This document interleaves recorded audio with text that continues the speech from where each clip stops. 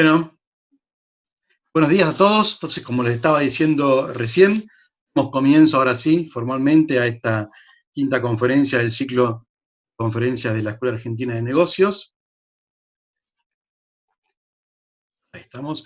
Bueno, acá en la primera diapositiva yo les comparto mis datos de contacto. Si alguno tiene alguna consulta a posteriori o quiere compartir alguna foto, pedimos que nos arroben. Acá tienen Facebook, Twitter, LinkedIn, Instagram, mi página web, endangelo.com.ar, y los dos redes sociales más importantes de EAN también están en Facebook, pero EAN, @EAN_Argentina, Twitter e Instagram, para poder seguir las actividades que hace la EAN. Y en mi página web tengo también artículos publicados sobre diferentes temas que me publico en los medios. Me falta subir el de ayer del Economista. El diario El Economista sacó un nuevo suplemento de sustentabilidad y me dio el honor de ser columnista principal de este primer número. Pero bueno, ahí en mi página web van a encontrar algunos artículos y para profundizar. Y también desde la página web, directamente en el link de contacto, pueden escribirme. Así que cualquier interés, cualquier necesidad, sugerencia, compartirme cosas que estén haciendo ustedes para difundirla también a través de mis redes sociales en materia de responsabilidad social, sostenibilidad.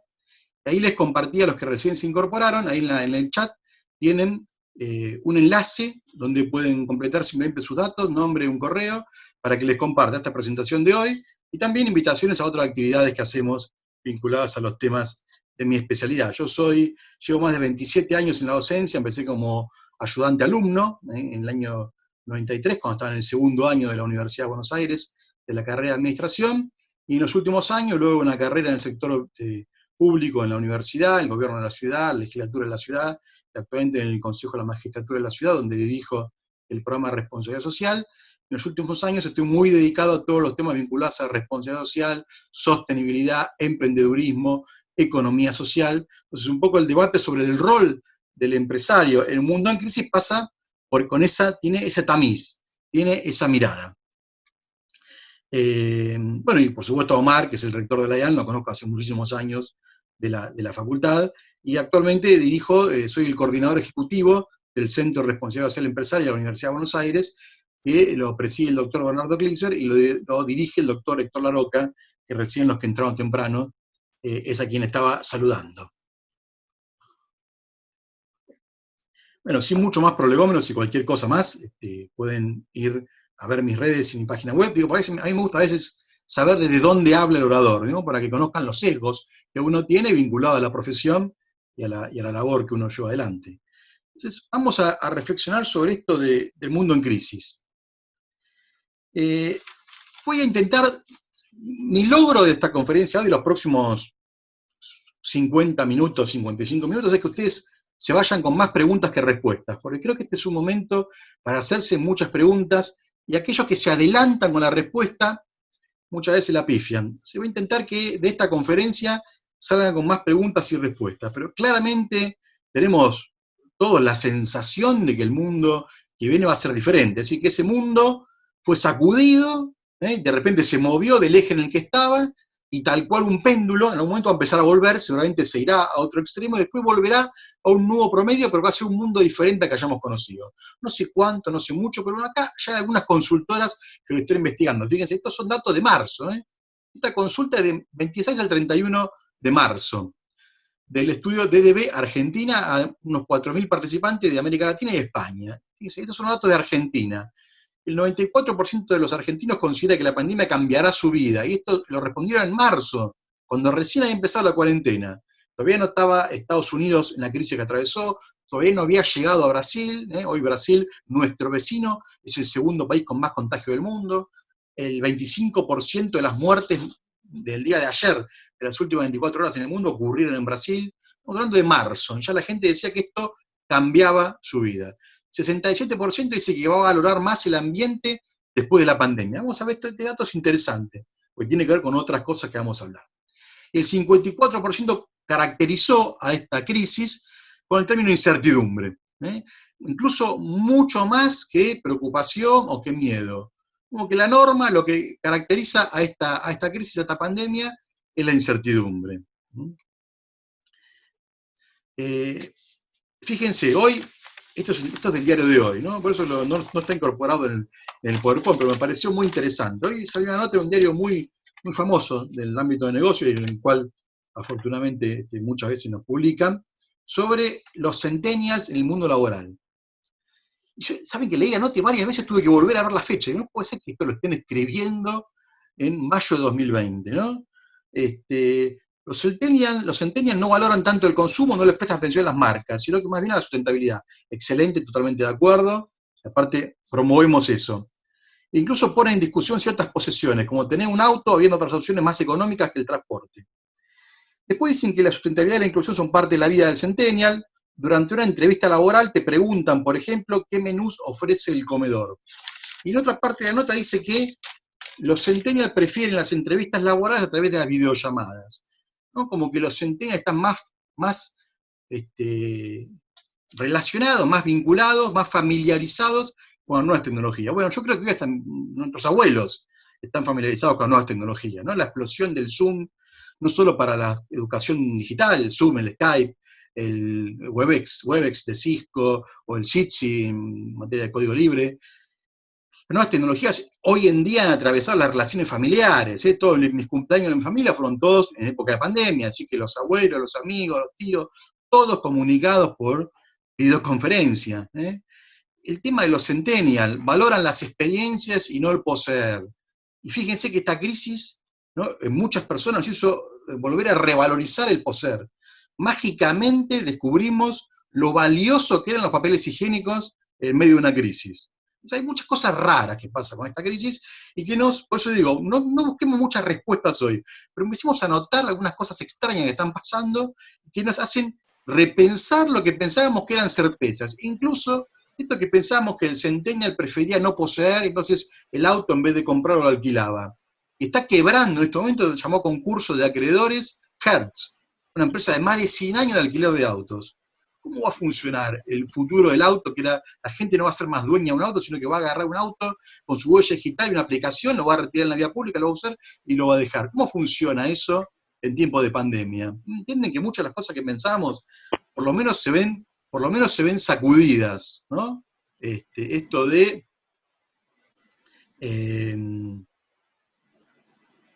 estoy silenciando porque alguien entró recién con el sonido, pero después obviamente abrimos, también las preguntas pueden ser por audio. Bueno, entonces, digo, más preguntas que certeza. Primer diapositiva. Algunos supuestos que estos son míos, ¿no? Acá ustedes van a tener opiniones personales, por supuesto, van a tener datos con fuentes citadas y análisis a partir de fuentes. Entonces prefiero dar algunos supuestos básicos míos, que por supuesto son discutibles, como decía Groucho Marx, yo tengo estos valores, pero si no les gustan tengo estos otros, pero en este caso prefiero, en esta segunda diapositiva, plantearles cuáles son mis ideas sobre el tema de la pandemia. Tanto en materia de economía como sanitaria, ¿no? Entonces, primero, claramente esta pandemia no estaba en los planes de nadie, pero cambió los planes de todos. Cuando hablamos del rol del empresario, vamos a hablar de un rol del empresario pre-pandemia, pero justamente la gracia de la charla es que estoy hablando del rol del empresario en un mundo en crisis. Entonces, esta crisis, la actual, nosotros teníamos nuestra crisis, recesión de muchos años, caída del comercio, crisis de deuda, de hace varios años, y a esto se suma, ¿no? Esta crisis no estaban los planes de nadie, hasta estábamos todos en enero haciendo planes para el 2020, hasta las grandes compañías, a pesar de que las primeras noticias sobre este virus extraño de Wuhan aparecieron en diciembre, algunos dicen que esto puede haber incluso comenzado antes, pero la verdad que hasta teníamos la ilusión, entre comillas, de que esto se iba a, los que conocíamos ya la pandemia, que iba a quedar la epidemia, que iba a poder contenerse en China. Bueno, esto no ocurrió, así que cambió los planes de todo. No existe el lado positivo. No les quiero hablar de luces y sombras, no les quiero hablar del lado positivo, de ventajas y desventajas. Esto es una tragedia espantosa, va a dejar muchos muertos, muchas personas dañadas, no solamente en términos físicos, hay gente con secuelas físicas que ha sobrevivido, pero que ha quedado con secuelas, capacidad pulmonar disminuida, etcétera, sino también daños económicos, psicológicos e incluso espirituales. Entonces, yo prefiero no hablar, como le decía, de oportunidades. Por ahí, después me contradigo, digo, puede ser que hable alguna vez de oportunidad, pero no en el término, nunca lo veo como el término de, bueno, aprovechemos esto, como decía un famoso filósofo argentino, lo que sucede conviene, no, esto es espantoso, esto no le conviene a nadie. Por supuesto vamos a salir, ¿no? Este es el tercer punto, vamos a salir porque la especie humana es muy resiliente, no es la peor crisis que nos han tocado, de ninguna manera, pero el golpe va a ser muy duro en términos económicos y vidas humanas. Por supuesto, nos va a dejar aprendizajes, pero el costo de estos aprendizajes van a ser muy altos. Cuarto, lo único cierto es la incertidumbre. Dialécticamente, hoy lo realmente cierto, lo indubitable, es la incertidumbre sobre el futuro. ¿Sobre el corto o sobre el mediano plazo? ¿Alguien, si pueden silenciar el micrófono? Con lo cual, hacer pronósticos o predicciones sobre el nuevo mundo que sobrevendrá a la crisis es una apuesta. Y las apuestas son un ejercicio de fantasía, no es algo científico. Yo tengo 45 años, cumplo ahora 46 en pocos días, con lo cual la crisis del I2K, el virus del año 2000, todo el 1999 hablando del I2K, un bluff, no pasó nada, no quebró ningún banco, no se vació ninguna cuenta, los sistemas financieros, simplemente fue un buen negocio para muchos expertos en sistemas. La gripe A del año 2009 también se pensó que iba a ser una pandemia, la tasa de mortalidad fue bajísima, 1.400 millones de contagiados, menos de 100.000 muertos. Por supuesto, afectó bastante a Estados Unidos, a México, que sufrieron, pero la gripe A de vuelta, incluso algunos consideran que el haber sobreestimado la gripe A y luego que fue menos el impacto de lo que ocurrió, esto condicionó la respuesta a la pandemia. Muchos pensaron que esto era como una gripe A, y no, es muchísimo más peligrosa, y la tasa de mortalidad es mucho más alta que la gripe A. En el año 2008-2010, la última gran crisis del sistema capitalista, crisis financiera, económica, humanitaria, muchos hablaban del fin del capitalismo. Al poco tiempo de vuelta, los bancos de inversión norteamericanos especulando con seguros de vida, con los activos de inversión más desopilantes. No fue el fin de ningún capitalismo. Sí hubo algunos cambios, se movió ese mundo, se valoraron otros conceptos, por ejemplo, la ética empezó a estar más presente, los organismos de compliance dentro de las empresas, el combate a los paraísos fiscales, esos sí son fenómenos que se profundizaron a partir de los fraudes que llevaron a la crisis del 2008-2010, pero no fue el fin del capitalismo, como tampoco fue el triunfo total del capitalismo que nos vendió Francis Fukuyama el año, cuando fue la caída del muro de Berlín, 1989. Francis Fukuyama hace muy poquito escribió un libro diciendo, no, todo lo que dije que iba a pasar no pasó. Hoy el mundo ha vuelto a ser multipolar, ¿no? Me acuerdo de Lester Turow, que planteaba que la guerra del siglo XXI iba a ser entre Europa, Estados Unidos y Japón. No tuvo en cuenta a China. Este es un libro de hace 20 años. Entonces las apuestas, los pronósticos, 5, nadie tiene manual de instrucciones. Tenemos que empezar a escribirlo, pero no tenemos ningún manual de instrucciones. Es tiempo de escuchar a los que saben, pero no hay que caer en la falacia de los expertos, porque no todos los expertos, aparte, saben de todo. Pero podemos comenzar con un experto, que es un experto en negocios, pero que es un experto además también en salud pública, porque hace muchísimos años, con la Fundación Bill y Melinda Gates, viene aportando un montón de fondos, incluso es uno de los donantes más importantes de la Organización Mundial de la Salud, y está trabajando no solamente ahora en 7 proyectos de vacuna para el COVID, sino también en el combate a la malaria, el HIV, el paludismo, en África y en Asia. Él, en el año 2015, en esta conferencia que dio, y que ahora se hizo muy famosa, una conferencia de 10 minutos, habló básicamente de 3 cosas. Una que ya era medianamente evidente, y esto no es lo novedoso, ¿no? El temor a la epidemia ocupó varias páginas del cine, la película Virus, la de Dustin Hoffman, la película Contagio del 2011, películas Pandemias y otras películas más recientes, que incluso Contagio ha vuelto a ocupar los lugares entre las 10 películas más vistas de Netflix, fue repuesta en los canales de televisión por cable, una película sobre un virus chino, de que luego se transformaba en pandemia, que venía el murciélago y el cerdo, hablaba de fake news, hablaba de laboratorios peleando por cosas muy parecidas a lo actual, pero con una gran diferencia, que es lo que nos explica Bill Gates. La realidad no es como la muestra Hollywood. Él justamente hace referencia a la película Contagio.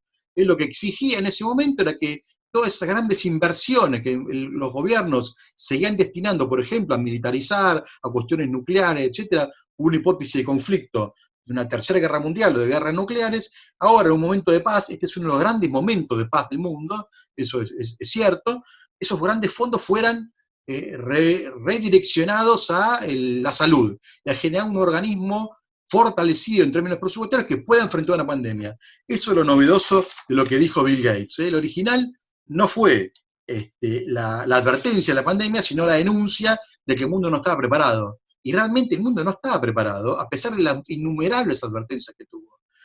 Informes de la OMS dan cuenta de que entre el año 2011 y 2018 hubo 1.483 brotes epidémicos en 172 países. No fueron pandemias, pero fueron potenciales pandemias. Casi 1.500 brotes en 172 países, de enfermedades como la gripe, el SARS, el MERS, la fiebre amarilla, el ébola, el Zika, la mayoría fueron contenidos. Lo que pasa es que esto fue tan exitoso que muchas veces pensamos que entonces el hombre ha superado el miedo de las pandemias por siempre. Como dice Yuval Harari en el libro Homo Deus, ¿no? A veces son estos mensajes que exacerban tanto la infalibilidad de la ciencia, que lo terminamos creyendo. Harari dijo en ese libro que la época en la que la humanidad se hallaba indefensa ante los epidemias naturales terminó. O sea que la humanidad había derrotado a las epidemias. A veces es más fácil leer buenas noticias, le hacemos caso a eso, y no a los que advierten, ¿no?, los peligros, como por ejemplo Bill Gates, ¿no? Harari decía que las epidemias constituyen una amenaza mucho menor para la salud humana que en milenios anteriores. Hablaban de una ciencia infalible, de un hombre que iba a vivir cada vez más, por eso el Homo Deus, 100, 150 años, pero mientras hablaban de la infalibilidad de la ciencia, se olvidaban de financiar la ciencia. Entonces hoy el sistema público y privado médico entró en una crisis muy, muy fuerte. Se olvidaron de que hay 900 millones de personas sin agua, a las cuales hoy les decimos que para combatir la pandemia tienen que lavarse con agua y jabón. Casi el 30% de la población mundial en los países subdesarrollados no tiene agua y jabón para higienizarse las manos. Se olvidaron de 1.200 millones de personas con hambre, se olvidaron de las 1.400 millones de personas que no tienen electricidad. La verdad que fue un golpazo a la soberbia, y un baño de humildad. Y un baño de humildad tal que hoy la única receta que tenemos los humanos para enfrentar esta pandemia son cosas que se inventaron hace más de 2000 años. El jabón se inventó en el 2800 a.C. El alcohol lo inventaron los árabes en el siglo IX, el alcohol para higienizarse. Y el aislamiento sanitario como política de salud, la cuarentena, la Biblia ya relata una cuarentena hace 1400 años antes de Cristo, para la lepra. Y un médico alemán, un médico árabe, Avicena, ya la configuró en el siglo XI como un mecanismo de tratar enfermedades. O sea que hoy lo único que tenemos, a pesar de tantos avances científicos, por supuesto todas las esperanzas puestas en la ciencia para que se encuentre un tratamiento, hay más de 100 países participando en este protocolo de investigación, hay 100 proyectos a nivel global de vacunas, de las cuales 7 están muy avanzadas. Por supuesto la esperanza en la ciencia, pero lo que nos está salvando hoy es el distanciamiento social, las cuarentenas, el alcohol y el jabón que se inventaron hace cientos de años. El año 2011, el mismo año que apareció la película Contagio, los invito a buscar este libro, si lo encuentran, fue tapa de la revista Harvard Business Review, el libro se llama Capitalismo en Riesgo, repensar el papel de los negocios. Bauer, Leonard y Payne, estos 3 autores de Harvard, hablaban de cuáles eran los riesgos y los desafíos al capitalismo del siglo XXI. Y fíjense que está puesto en el puesto número 10, evolución y pandemias. Las pandemias, ellos venían de la experiencia del año 2009 de la gripe A, y con la convicción de que una pandemia podía paralizar el armado productivo a nivel mundial por lo que significan las cadenas de valor, lo cual en alguna forma pasó cuando China avanzó con las cuarentenas y se frenó la producción de gran parte de los artículos tecnológicos del mundo, de Apple, de Microsoft, de un montón de empresas que producen en el sudeste asiático, Samsung. Y esto de la evolución de pandemia está vinculado además a otras cosas más que estos autores de Harvard proponían de prestar mucha atención, ¿no? Tiene que ver, por ejemplo, con el fracaso de los estados, de los gobiernos, la debilidad de los gobiernos, tiene que ver con la decadencia de la salud y la educación pública. Por eso en Estados Unidos estuvieron tan preocupados durante la presidencia de Obama en generar un sistema de salud que pueda atender a toda la población, porque el sistema de salud es carísimo, atiende solo a la élite, y las tasas de enfermedad en los trabajadores es muy alta, y eso afecta a la industria. En el caso de todo, es todo un gran sistema. Entonces, instituciones más débiles, la globalización que nos permite viajar de una manera mucho más, con un mundo globalizado, un mundo cerrado, esto ha dado lugar a que estos autores pusieran el ojo en pensar cuáles son los efectos de esta pandemia, que incluso, a pesar de que uno diga que es una disfunción de la globalización, ¿no? Que tiene que ver con ciudades con una densidad poblacional mucho más alta, con el hacinamiento, tiene que ver con la gran movilidad, ¿no? Los trenes y los subtes fueron vectores de contagio en las ciudades donde hubo más contagios en Europa, en Nueva York. El transporte público fue uno de los vectores más importantes de contagio. Esto tiene que ver con un nuevo rediseño que tenemos que pensar para las ciudades inteligentes, tiene que ver con el consumo irracional, con la concentración de la producción y la constitución de las cadenas de valor, la deslocalización de las cadenas de valor en el mundo, y tiene que ver con el envejecimiento de la población, por eso pegó tan fuerte en Europa. Pero sin embargo, el derrotero de esta epidemia fue exactamente el mismo que tuvo la peste negra, en el siglo XIV de nuestra era. Empezó en China, en la provincia de Hubei exactamente, años después, porque los tiempos eran más lentos, ingresó a Europa por la ruta de la seda, por Italia, la ruta de Marco Polo, y de ahí de Italia arrasó en Europa, destruyó a la tercera parte de la población europea, y Europa tardó 100 años en volver a tener la misma población. Es decir, estamos hoy con más allá de los 3 consejos universales que mencionamos recién, higiene en las manos, distanciamiento social y tapabocas, cada país implementó diferentes estrategias, cuarentenas más estrictas, menos estrictas, cuarentena inteligente, estrategia de salud pública, pero bueno, hasta Estados Unidos entró en una competencia absurda entre los estados para poder conseguir respiradores, que empujaban en el precio, en vez de tener una estrategia centralizada, como se hizo en Argentina, hasta incluso el gobierno federal norteamericano competía también con los estados norteamericanos. Esto lo denunció el gobernador Cuomo. Es decir, ni siquiera financieramente y de manera de gestión se ha podido atender bien esta pandemia, que hoy ya tiene más de 6 millones de casos confirmados en el mundo, unos 360.000 muertos en 200 países, y si le hacemos caso al Financial Times, que dice que en base a un estudio que hizo comparando las muertes promedio de años anteriores con las muertes de este año, en realidad estamos hablando de un 60% más de víctimas que las declaradas. Es decir, en el mundo habrían muerto al día de hoy unas 580.000 personas por causa de COVID-19. Brasil ya es el segundo país con más víctimas del mundo. Estamos hablando de una pandemia que no solo afectó en vidas humanas, sino también en términos económicos. Acá vamos arrimándonos a lo que nos preocupaba, ¿no? Que es el tema de el rol de la empresa. Pero tenemos que caracterizar el mundo en crisis, porque si no, ¿cuál es el impacto fuerte en el rol de la empresa de hoy, ¿no? Entonces, piensen que al 31 de marzo, en el mundo, el 80% de los trabajadores estaba en cuarentena. El 80% de la fuerza laboral al 31 de marzo estaba en cuarentena. Muchos haciendo teletrabajo posiblemente, otros docentes, universitarios, medios, inicial, etcétera, capacitadores, dando clases a distancia, pero la mayoría parados, sin poder trabajar. Más del 50% del PBI mundial atravesó durante este año algún tipo de confinamiento o de pandemia. En Estados Unidos, bueno, Paul Krugman, premio Nobel de Economía, bautizó esta crisis como corona coma, ¿no? El corona coma que puso en coma la economía, o el corona crash, para algunos. Solamente en 2 semanas en Estados Unidos se perdieron tantos empleos como en toda la depresión del 30. Actualmente tienen 36 millones de subsidios, pedidos de subsidio de desempleo. La tasa de desempleo de Estados Unidos subió al 15%. La OIT acaba de declarar hace muy pocos días que están en riesgo 1.500 millones de puestos de trabajo. Para la OMC, la Organización Mundial del Comercio, la crisis es mucho más importante que la anterior crisis del 2008-2010, de las hipotecas subprime. Están anticipando una caída del 32% en el comercio mundial. La OCDE anticipó que por cada mes de confinamiento caen 2 puntos el crecimiento del producto. Wall Street registró las caídas al comienzo de la crisis, las caídas más fuertes de la bolsa desde 1981 y 1929. Se calcula que el Producto Bruto Mundial va a caer un 3,5 a nivel global, ¿no?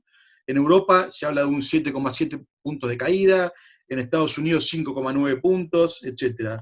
Y Moody's, la calificadora de riesgo, ya anticipó que Italia, Japón y Alemania van a estar en recesión. 60 aerolíneas europeas van a perder 113.000 millones de dólares. Alemania acaba de estatizar el 20% de Lufthansa, a través de una inyección de 9.000 millones de euros. 1.500 millones de estudiantes vieron suspendidas sus clases en 191 países. El cierre de las escuelas, en muchos casos, países donde no tienen conectividad. Pero en materia económica, el economista Richard Baldwin planteó hace un mes más o menos, en medio de la crisis, este modelito para poder combinar, ¿no?, políticas económicas y políticas sanitarias. Baldwin habla de una doble curva, la curva sanitaria y la curva de la economía, y cómo ambas curvas se ven afectadas por política de contención. En el caso de la salud, el confinamiento hace que la curva se aplane, pero y se estire un poco más en el tiempo sus efectos, pero por supuesto, al aplanar la curva sanitaria, la crisis económica se profundiza. Y para poder profundizar la crisis, para poder aplanar la curva de la crisis económica, hay que llevar adelante políticas monetarias, políticas fiscales. Para aplanar la curva de la salud, hay que llevar adelante políticas sanitarias. Entonces, lo que plantea Baldwin, en cierta forma, es que el aplanamiento de estas curvas no es una política económica, no es una política sanitaria, sino que es un dilema ético y moral, que lo que atraviesa esta decisión sobre si estamos dispuestos a sacrificar vidas humanas a cambio de que no se dispare la... ¿Hola? Ah, bueno.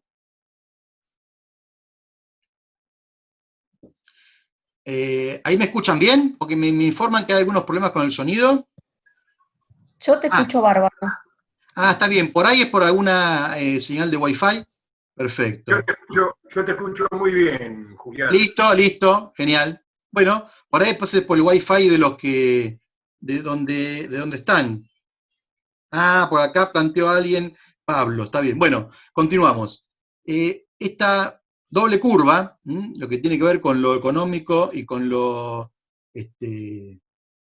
la decisión entre dejar que se dispare la curva de la crisis, de la pandemia, para salvar la economía, e incluso algunos autores están estudiando que no están así. Han comparado estados de Estados Unidos que llevaron adelante políticas de confinamiento más estrictas con estados donde las políticas de confinamiento fueron menores. Y el impacto económico fue igual. Incluso en algunos estados hubo menos impacto económico en los países, en los estados con confinamiento, dentro de Estados Unidos, ¿no? Porque, bueno, para Brasil, ser el segundo país con mayor cantidad de contagios y con mayor cantidad de muertes, tampoco es gratuito en términos productivos. Esto, por supuesto, que afecta, la gripe española afectó muchísimo a la economía, que fue esta última gran pandemia de 1918, ¿no? Entonces, este es el planteo de Baldwin, muy valioso, interesante. Y también, ahora yendo al tema económico y empresarial, Bower, Leonard y Pine en el 2011 plantearon, además de plantear los desafíos, como corresponde, plantean, bueno, cómo tiene que responder la empresa a ese desafío. Y Bower, Leonard y Pine plantean cuatro modelos, ¿no? Que se dividen en dos, por eso dije dos. Cuatro modelos. Primero, la empresa en lo suyo, la empresa como espectadora, la empresa como innovadora y como activista. La empresa en lo suyo es la empresa que no toma ni siquiera un diagnóstico, ni siquiera se hace cargo de la realidad que está a su alrededor. Es la empresa que maximiza su ganancia, que piensa que puede maximizar esa ganancia sin prestar atención a lo que ocurre en el mundo, y sigue en lo suyo. Por supuesto, los autores plantean que es un modelo insostenible, tanto sea para la propia empresa como para el rol que cumple la empresa en la comunidad en la que está inserta. El segundo nivel, la empresa como espectadora, una empresa que reconoce la gravedad, pero que entiende que lo supera, que ellos no pueden hacer nada, que lo que está pasando es responsabilidad de otro, se tiene que ocupar el Estado, se tiene que ocupar las ONG. Entonces la empresa como espectadora ve la crisis, pero la ve pasar como si fuera una película. También Bower, Leonard y Pine sostiene que este modelo es insostenible. Y luego tenemos la empresa como innovadora y la empresa como activista.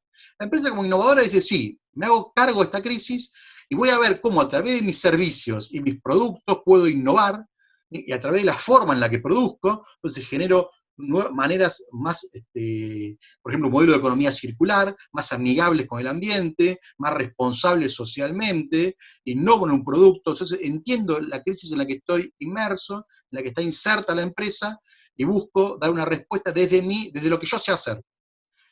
Innovando en mi producto, en mi servicio, a mis consumidores, agregándoles valor a mis usuarios y a mis clientes. Y el modelo número 4 es la empresa como activista, que además de esto hace alianzas con el sector público y privado, con ONGs, etcétera, para colaborar en la resolución de los grandes problemas del siglo XXI. En este caso, empresas que colaboran con la Cruz Roja, con el Estado, en buscar equipar a los hospitales, donando respiradores, modificando su línea de producción, por ejemplo, Ford, que producía autos, o General Motors, que ahora fabrican respiradores y fabrican máscaras faciales para evitar los contagios, es decir, se comprometen de una manera mucho más amplia. Estos dos modelos son los que Bower, Leonard y Pei rescatan, la empresa como activista y la empresa como innovadora. Y estamos hablando en este sentido de la empresa con propósito. No es un término nuevo. Hace muchísimos años, incluso el foro de Davos ya viene hablando de la empresa con propósito, ¿no? Viene hablando de cómo tenemos que responder no solamente a los accionistas, que por supuesto que siguen siendo el gran objetivo de la compañía, ¿no? La rentabilidad para el accionista, pero no es nuestro único parte interesada. Entonces, el foro de Davos incluso se viene hablando hace mucho, y este año con mucha fuerza, y bueno, lamentablemente en esta pandemia, seguramente estos esfuerzos habrá que resignificarlos, redireccionarlos, pero se viene hablando de la empresa con propósito, que no deja de tener el propósito de lucro. Toda empresa tiene propósito, pero acá estamos resignificando el término propósito. Como toda empresa produce triple impacto, por más que yo lo niegue. Toda empresa produce un impacto económico, social y ambiental, en mis clientes, en mis accionistas, en mis trabajadores, en la comunidad. Pero cuando yo hablo de empresa de triple impacto, es la empresa que se hace cargo, que minimiza los impactos negativos y que maximiza los impactos positivos. Es decir, entonces, la empresa con propósito es una empresa que le agrega un valor a lo que ofrece, sigue manteniendo su fin de lucro, por supuesto, la rentabilidad, pero comprende que tiene que ser responsable con las consecuencias y el impacto global de sus actividades, involucrándose en acciones socialmente responsables que repercutan de forma positiva en el entorno en el que operan. Incluso Business Rentable, esta gran iniciativa que reúne las 181 empresas más grandes de Estados Unidos, durante muchísimos años sostuvo en sus documentos que el único fin de la empresa era la maximización de la ganancia. Bueno, el año pasado acaba de declarar, en una nueva versión del documento, respaldó que la nueva declaración reemplaza a las anteriores y describe un estándar moderno para la responsabilidad corporativa. En este documento nuevo lo que publica es que, además de mantener la rentabilidad para el accionista, hay que empezar a mirar a todos los grupos de interés. Entonces, la empresa con propósito. Esto es lo que mencionaba también, le decía el foro de Davos, porque les pongo ejemplos que parecen las antípodas, foros de grandes empresas, de grandes corporaciones, porque por otro lado hay un montón de empresas que esto ya lo vienen trabajando hace muchísimos años. La responsabilidad social, la sostenibilidad, las empresas del bien común, las empresas B, las empresas de triple impacto, las empresas de crear valor compartido, muchas terminologías, que en el fondo un poco es lo que dice Klaus Schwab, el fundador del foro de Davos. Él habla del capitalismo stakeholders que reemplaza, ¿no?, a un modelo de capitalismo de accionistas. El capitalismo de stakeholder como un modelo superador del capitalismo de accionistas y del capitalismo de Estado, que también lo referencia Klaus Schwab. Entonces, hablamos de una empresa con propósito, que a la vez es un propósito que tiene que ser una meta ambiciosa, tiene que ser algo relevante para la empresa, que nos movilice, que inspire, que sea conocido y compartido por todos los stakeholders, por supuesto, empleados, accionistas, por supuesto, los inversores, pero también a los consumidores, para comprometerlos con este mismo propósito y hacerlos parte de nuestro propósito, que ellos sientan que desde nuestra empresa estamos dando una respuesta, estamos creando valor, que es un propósito que nos involucra y nos une como comunidad, que tiene que estar incorporado en el día a día, no tiene que ser una declaración que se guarda en un libro, que se pone en una pared o una página web. Ese propósito tiene que atravesar la operación cotidiana de la compañía, en sus procesos administrativos, productivos, de ventas, en la comunicación con todos los grupos de interés. Y por supuesto tiene que ser un propósito medible. Pero bueno, entonces estamos hablando de una empresa con propósito, un propósito que, por supuesto que se ve sacudido por este contexto, pero que ese es un propósito sólido, nos permite abordar esta crisis mucho mejor preparados. Y entonces, por ejemplo, ahora, las empresas que sostienen estos propósitos, que están preparadas para estos sacudones, incluso como algo tan inesperado como este cisne negro de la pandemia COVID-19, están liderando con empatía y con humanidad. Hoy necesitamos empresas empáticas, que hablen el mismo idioma de la gente, que se pongan en el lugar del otro, de los que sufren, que respondan a ese sufrimiento con más innovación, con más productos, con mejor llegada, que no especulen con el desabastecimiento, que puedan identificar la necesidad concreta de su cliente, que piensen cómo esos productos o servicios que ya prestan, ahora se pueden reconvertir o reacomodar a esta nueva realidad y aportar una solución a problemas viejos o los nuevos problemas, que se anticipen, que consideren que este efecto no va a ser solo por un corto plazo de la pandemia, sino que incluso lo podemos proyectar en el tiempo y generar una mejor empresa, un mejor producto, un mejor servicio, y que utilicen a este propósito que hablábamos antes como la guía. Esto tiene que ser lo más sólido para una empresa. Piensen que el rol de la empresa ya viene en discusión hace mucho tiempo. Esto desde el año 50, que apareció el libro de Bowen sobre la responsabilidad social del empresario, incluso algunos enfocan al siglo XIX como un libro de Andrew Carnegie, El Evangelio de la Riqueza, como su antecedente, la RCE, Naciones Unidas del año 49. Hay un micrófono prendido, ahí lo voy a silenciar, gracias. Naciones Unidas del año 49, que habla del desarrollo sostenible, de comprender que la sostenibilidad no puede ser solo económica, sino que va de la mano con lo ambiental. No, yo no. ¿Desde qué está ahí abajo? ¿Se hay, Ori? Y con lo social. Se abren algunos micrófonos, disculpen si les interrumpo, pero fíjense, traigo de vuelta, hablando de esto, ¿no? Del rol de la empresa, de esto de la sostenibilidad, ¿no? Que era un debate que se daba antes y que yo y muchos, por lo que vengo leyendo, digamos, entendemos que esto ahora se profundiza. Pero fíjense, hay un consultor que en el diario de hoy, de ayer, 26 de mayo, habla de que la mirada sustentable de los negocios se va a profundizar, aunque no necesariamente a corto plazo. Muchas firmas tendrán que equilibrar sus cuentas. Va a sonar antipático lo que voy a decir, está equivocado. Cuando hablamos de que la mirada de la sostenibilidad se va a profundizar, pero no, lo ponemos en pausa ahora porque tenemos que equilibrar las cuentas. La sostenibilidad es una sola. La sostenibilidad ambiental y social también nos apalanca para poder equilibrar las cuentas. Yo las cuentas las tengo que equilibrar con mis trabajadores adentro. Las cuentas las tengo que equilibrar respondiendo a una necesidad de los clientes. No puedo suspender mi diálogo con los grupos de interés, no puedo suspender el cuidado del ambiente para equilibrar las cuentas, porque eso está hipotecando el futuro de la empresa. Y la sustentabilidad en materia de ahorro de costos, en materia de reciclado, en materia de reducción de residuos, en materia de utilización de bienes, de minimizar la materia prima no renovable, la sostenibilidad va a ayudar a que esa empresa pueda equilibrar las cuentas. Entonces, si realmente comprendemos el valor de la sostenibilidad, estamos comprendiendo que no se puede separar una cosa de la otra. No puedo poner en pausa la sostenibilidad ambiental y social para levantar la sostenibilidad económica, porque la sostenibilidad económica se apalanca en esa sostenibilidad ambiental y social. Si yo quiero poner en pausa esos dos factores, estoy atentando contra el equilibrio de las cuentas. Sé que es difícil comprenderlo de la práctica empresaria, pero el año pasado, en uno de los momentos más duros de la crisis económica argentina, tuvimos en un curso que dimos de la Universidad de Buenos Aires a 35 pymes debatiendo y formándose en RCE. Cuanto más crítica está la economía, más valor empiezan a ver las empresas en comprender cómo esta mirada de sostenibilidad también las ayuda a superar esta crisis en materia económica y financiera. Entonces, ¿de qué hablamos cuando hablamos de esta triple mirada social, ambiental y económica? Se suele hablar de los indicadores, por ahí ustedes lo han escuchado, muchos de los que están participando, indicadores ESG, ¿no? En inglés, ESG. En español, los indicadores, los criterios o los factores ASG, ambiente, social y gobernanza. En la crisis del 2008-2010, que tuvo que ver con el fraude corporativo, con una burbuja especulativa, ahí se ponderó y se valorizó el factor G, la gobernanza.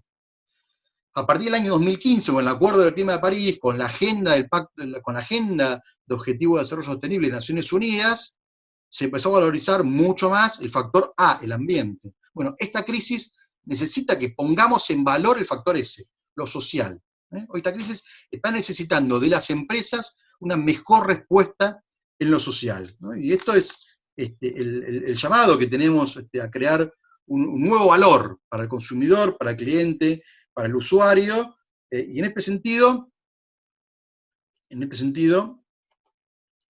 como empresarios, en el rol del empresario, como administradores, esta gran pregunta que me hago, y que salió publicada en una columna en unos medios que publiqué esta semana, la pregunta es, como empresarios, como administradores, ¿estamos preparados para responder esta pregunta en el futuro? ¿Qué hiciste por mí en 2020? Si podemos gestionar, tenemos la ventaja que esta pregunta nos la van a hacer el año que viene, posiblemente, o en el momento que se supere la pandemia, pero la podemos empezar a responder ahora. O sea, hoy, como empresarios, como administradores, como gerentes, tenemos que empezar a responder las preguntas que nos van a hacer en el futuro nuestros clientes, nuestros usuarios. ¿Dónde estuviste vos cuando acá estábamos encerrados, confinados? ¿Dónde estuviste cuando algunos empresarios acopiaban el alcohol en gel para desabastecer el mercado? ¿Dónde estuviste cuando nos enfermamos? Cuando el sistema de salud público y privado no pudo dar respuesta. Bueno, esta pregunta nos tiene que guiar para poder comprender que esta pregunta la tenemos que responder ahora. Tenemos que estar preparados para dar una respuesta a esta pregunta ahora. Y ahí lo que estamos viendo desde un relevamiento que estamos haciendo en la Universidad de Buenos Aires, estamos creando un banco de buenas prácticas, buenas prácticas empresarias socialmente responsables. Lo que estamos viendo en muchos casos es que no todas las empresas están preparadas. No todas las empresas están preparadas. Las empresas que esto lo tienen asumido hace mucho tiempo, hicieron la opción por la sostenibilidad, que son empresas comprometidas, con propósito, que crean valor compartido, en la crisis esto no se ha modificado y las ha puesto en un mejor lugar para poder dar respuesta a estas necesidades actuales.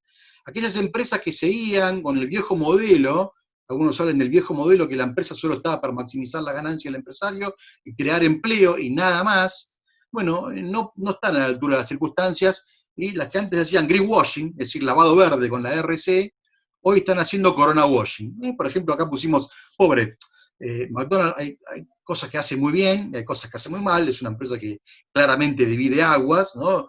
El cuestionamiento con la obesidad infantil, con la comida chatarra, etc. Por eso ellos también han dado respuesta, incorporan plato más sano, ensalada, pero acá la pifiaron mal. Rápidamente tomaron una decisión de dar un mensaje muy fuerte a la comunidad, a los usuarios, a los trabajadores, separando los arcos dorados, con un compromiso con la cuarentena, con el distanciamiento social. Pero apenas terminó marzo, con solamente un tercio del mes de no operación, le descontaban a los trabajadores. Entonces, uno piensa en una empresa de ese nivel, ¿no? Una gran franquicia como Arcos Dorados, que tiene espalda, ¿qué puede esperar una pyme entonces? Le descuenta el sueldo a los trabajadores. Después hubo un acuerdo, hubo que rápidamente generar una mesa de diálogo con los sindicatos, con el Ministerio de Trabajo, y se acordó algún tipo de descuento salarial, ¿no? Porque uno tampoco es necio, pero ¿qué señal da? ¿Qué señal contradictoria? Otras empresas también hicieron lo mismo con los logos, Coca-Cola, Audi, Mercado Libre creo que fue el más interesante, KFC con el barbijo. Mercado Libre, por efectivamente Mercado Libre cambió ese logo es muy potente, realmente transmite muchísimo el logo del codo, y además Mercado Libre hizo un compromiso con sus clientes, con sus usuarios, reduciendo el porcentaje que les cobra, potenciando, mejorando la calidad, por supuesto, Mercado Libre con una rentabilidad extraordinaria, que después les voy a comentar. Pero el tema de comunicar en esta crisis es un momento ideal, algunos dicen para los psicólogos, y otros decimos para los comunicadores, hay que andar con pie de plomo. Comunicar es un compromiso ético. El hermetismo es contrario a la RC, a la sostenibilidad, al futuro de la empresa. Hay una exigencia de comunicar, de ser transparente.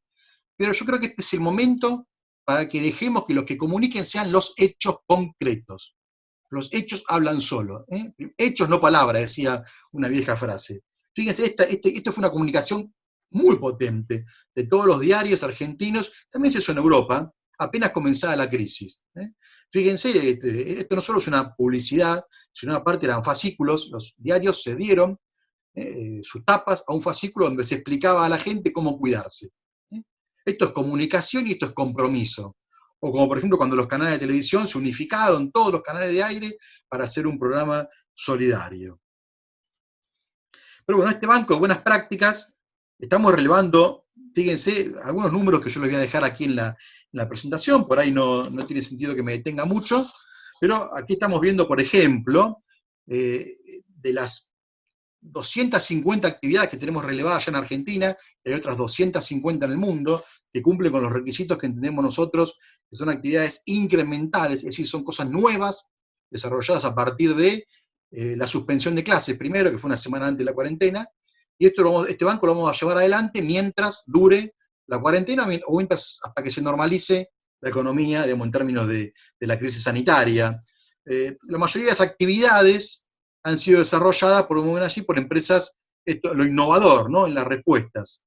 En las industrias de alimentos y bebidas, 17% de las actividades relevadas tienen que ver con ese rubro, un 16% con tecnología, las dos rubros, alimentos y tecnología, que han tenido un rol muy importante en el marco del aislamiento y de esta pandemia. Estamos hablando de actividades que tienen que ver con diferentes tipos de actividades, ¿no? Tiene que ver, por ejemplo, con el 18,5% de las actividades tienen que ver con donación de servicios, empresas que ponen a disposición servicios que los cobraban, o por ejemplo plataformas cedidas para la educación virtual, o servicios de logística brindados al Estado o a otros organismos. Después tenemos actividades que tienen que ver con la cesión de bienes, prestarle, por ejemplo, vehículos a la Cruz Roja, a hospitales, o ceder con centros de convenciones, como el Movistar Arenas, cederlo para crear un centro de manera gratuita, ¿no? Un centro para atención de enfermos leves, descuento, por supuesto, donación de dinero, donación de productos propios, donación de alimentos, donación de insumos médicos y equipamiento, alcohol en gel, máscaras, por ejemplo, Quilmes, que son sus productos básicos, sus insumos, elaboró alcohol en gel para donar y elaboró panes con la levadura para donar también a hospitales, ¿no? Entonces, readecuación empresaria, empresas que fabricaban un determinado producto y que se vieron imposibilitados de seguir operando, por ejemplo, textiles, en marco de la cuarentena, pero que ahora fabrican barbijos, o transformación, perdón, eso es transformación productiva. Y readecuación empresaria son las empresas que tuvieron que modificar toda su planta, su layout, o sus condiciones laborales, para poder seguir brindando un servicio o un producto a la gente en medio de la cuarentena. Piense que no solamente fue comida, ferreterías, lo vinculado a la salud, farmacia, lo que funcionó durante la cuarentena. Las usinas eléctricas, 80.000 motociclistas y ciclistas, llevando y trayendo todos los delivery de Globo, Rappi, Pedido Ya, Uber Eats,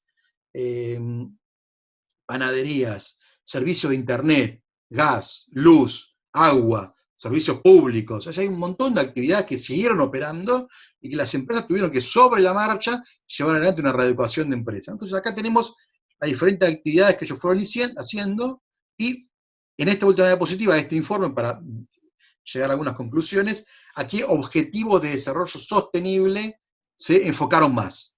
Entonces acá tenemos, claramente sobresale por todo lo demás, el objetivo número 3, que es salud y bienestar.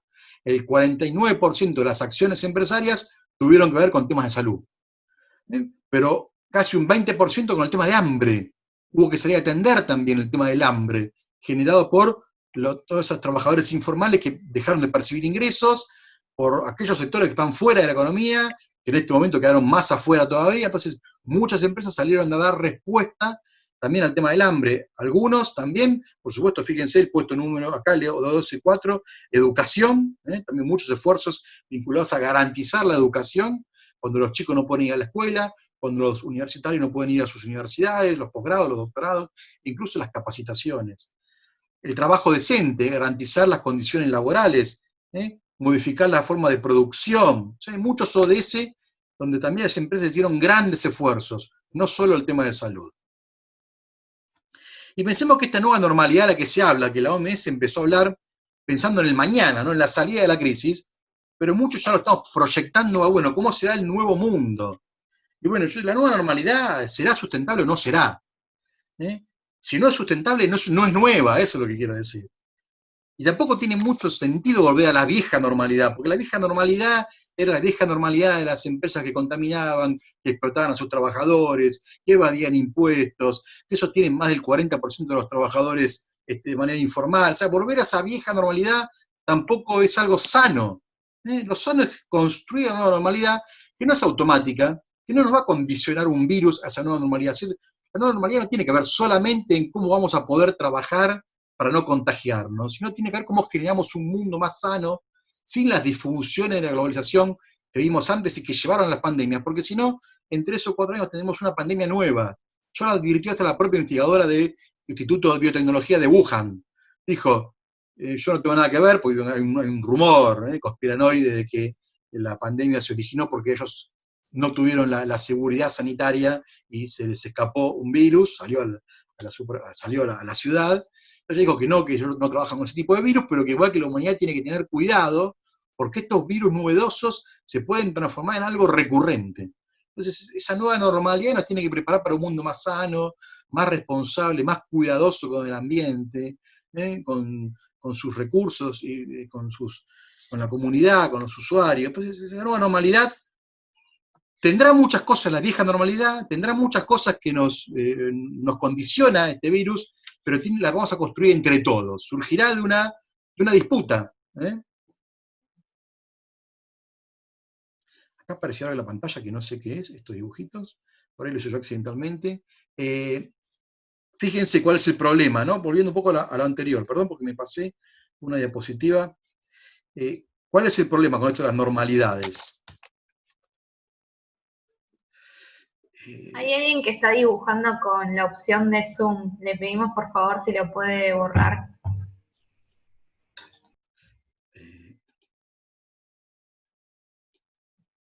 Ahí lo borré yo. Claro, fue alguien que dibujó afuera, pero ahí lo borré yo. Listo. Bueno, decíamos, esta nueva normalidad, ¿cuáles son los problemas que tenemos? Bueno, que lamentablemente lo que está pasando es que cada vez que hay una gran crisis, esto pega, sí, hay alguien porque de vuelta si alguien lo está haciendo a propósito, no es gracioso. No tengo idea de cómo se desactiva, pero de vuelta aparece un dibujito ahí. Bueno, la nueva normalidad será o no será sostenible. ¿Qué le estaba diciendo con respecto al ambiente? Lamentablemente, de todas las crisis económicas, pensemos que el 2020 era el año que Naciones Unidas había elegido como el comienzo de la década de acción para las ODS. Y lamentablemente todas las crisis, su salida impacta más en la ecología, en el ambiente, o sea, la salida es negativa.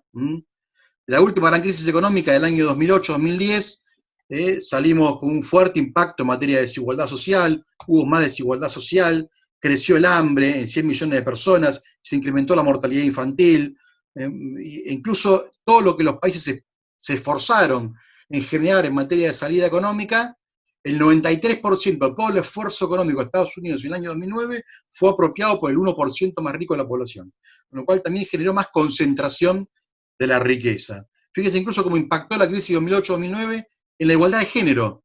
Hasta el año 2009, el 24% de los puestos de alta conducción en el mundo estaban ocupados por mujeres, un número bajísimo. O sea que el 76% de los CEOs en el mundo eran varones. Pero por la crisis ese número empeoró.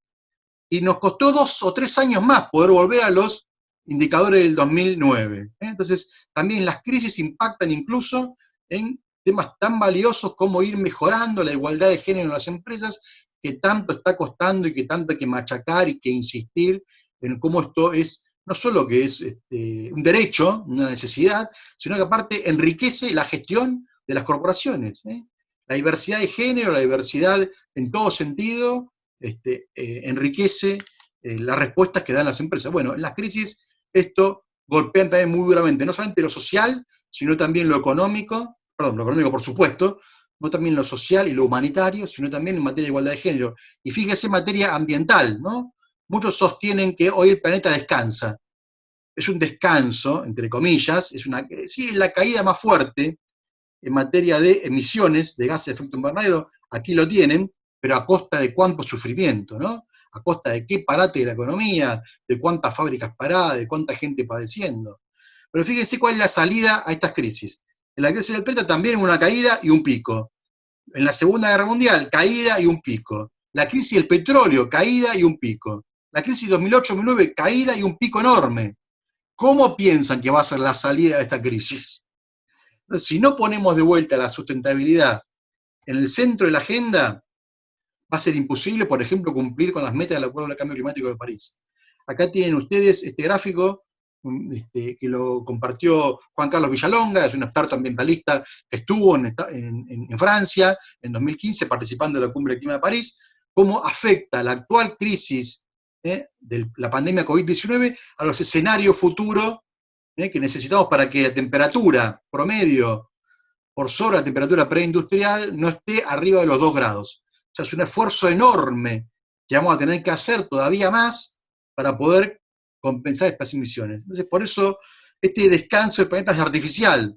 Tenemos que tener cuidado cuando el planeta vuelva a producir, cuando se produzca la recuperación, que esta recuperación no empeore las condiciones ambientales. Por eso es muy importante enfocarse en el tema de las empresas con propósito, o las empresas de triple impacto, que son económicamente viables, socialmente beneficiosas y ambientalmente responsables. Acá hablamos entonces de una empresa, de una economía, de una organización cuyo rol trasciende lo económico. La empresa no es solamente un actor económico, esto todo lo tenemos claro, la empresa es un actor social. En ese sentido, tiene mucho para aportar en este contexto. Y fíjense también, en materia económica, podemos sacar algún aprendizaje de cuáles fueron las empresas que se vieron más afectadas por una crisis. Fíjense cómo lo que es lo sanitario, los alimentos, la salud, las telecomunicaciones, el e-commerce, fue central y estratégico en esta crisis. Son empresas que no solo que no se vieron demasiado afectadas, sino que incluso tuvieron que producir más y tuvieron más rentabilidad. Y luego las actividades que se vieron muchísimo más afectadas y que lamentablemente es muy posible sean las últimas en poder volver a operar. El turismo, viajes internacionales, grandes eventos públicos, la cultura, los deportes, por supuesto la industria automotriz, la industria del real estate. Saben que esta semana subió, hay cada vez más gente averiguando por casas con patio, con terraza, por casas en los countries, ¿no? Porque hablaban de que la gente no valora tanto experiencia, no valora tanto los bienes, sino valora la experiencia. Bueno, algunas personas están repensando un poco sus necesidades a la luz de esta crisis. Entonces, a ver si no prefiero en el futuro tener una casa con patio, vivir en las afueras, lo cual va a generar desafíos nuevos a los planificadores urbanos, sin dudas. Entonces acá tenemos un estudio que se ha hecho sobre cómo ha impactado en menor o mayor medida a los diferentes rubros empresarios esta crisis del COVID. Cuando hablamos de la crisis del COVID, hablamos de la estrategia corporativa, lo que tenemos que pensar es que esta estrategia que ha sacudido a la empresa, a este nuevo rol que tiene que asumir la empresa, posiblemente a las empresas las haya sacudido más en lo que es la visión, son sus planes de corto y mediano plazo, e incluso está en la misión corporativa. ¿Cuál es el sentido de mi empresa a la luz de esta nueva realidad o la luz de la nueva normalidad? Y para poder reformular esa visión, o reformular o apalancar esa misión, me tengo que apoyar en los valores. Yo creo que lo que no va a cambiar de las empresas son los valores. Y lo digo en el buen sentido y en el mal sentido. La empresa que tiene valores que no acompañan las necesidades de la población, no las va a cambiar ahora. Soy escéptico con eso. Discúlpenme, espero estar equivocado. Las empresas que tienen sólidos valores de compromiso con sus trabajadores, con sus inversionistas, con la comunidad, con el ambiente, con los demás, con la sociedad en general, van a poder sostenerse en esos valores para repensar su visión y su misión como corporación. Le dije que no iba a hablar de oportunidades, pero le dije también que yo me voy a contradecir, y le dije que me interesaría que tengan más preguntas que respuestas. Entonces, me voy a apoyar acá en este momento, ya llegando al final, en un modelo de la vieja matriz de Igor Ansoff, que tiene ya más de 60 años, donde hablaba y combinaba producto y mercado, y hacía una combinación en estos 4 cuadrantes. Yo, para poder vender más productos en un mercado que ya existía, hablaban de estrategia de penetración de mercado. Para vender más un producto que ya existe a gente que hoy no lo compra, hablaba de desarrollo de mercado. para instalar un producto nuevo en un mercado que existe, hablaba de desarrollo de producto, y para instalar un producto nuevo en un mercado nuevo, hablaba de diversificación, crear mercado. Y les aporto, por eso les dije a todos los que se fueron sumando, ahí en el chat, al principio de la conversación, si alguien puede copiar y pegarlo de vuelta, le agradezco. Al principio de la conversación había un link que ustedes pueden completar para que yo les mande la presentación. Si quieren pueden ver esta matriz de Ansoff, que elaboré yo, en base a cómo se reconvirtieron diferentes empresas en el marco de la crisis. Acá, por ejemplo, tienen, en lo que es diversificación, producto nuevo en un mercado nuevo. Hay una empresa nueva, Micromask, la hizo Tito Loazó, es un emprendedor serial, compulsivo, un genio.